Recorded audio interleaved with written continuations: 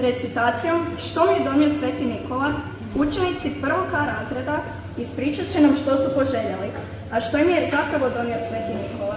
I pitaju se, zna li on uopće čitati?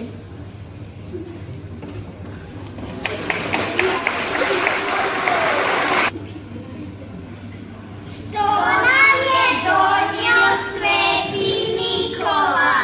Ja sam poželjela telefon i još neke svačice. A što sam dobila?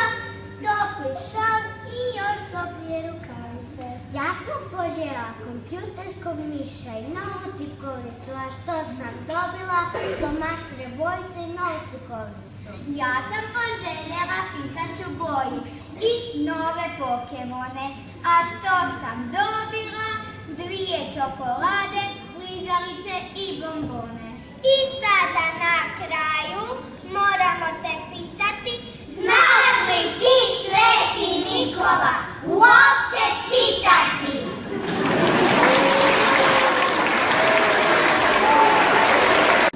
Recitacijom Božić dolazi u naš grad, recitatorska skupina prvog razreda najavljuje dolazak velikog blagdana.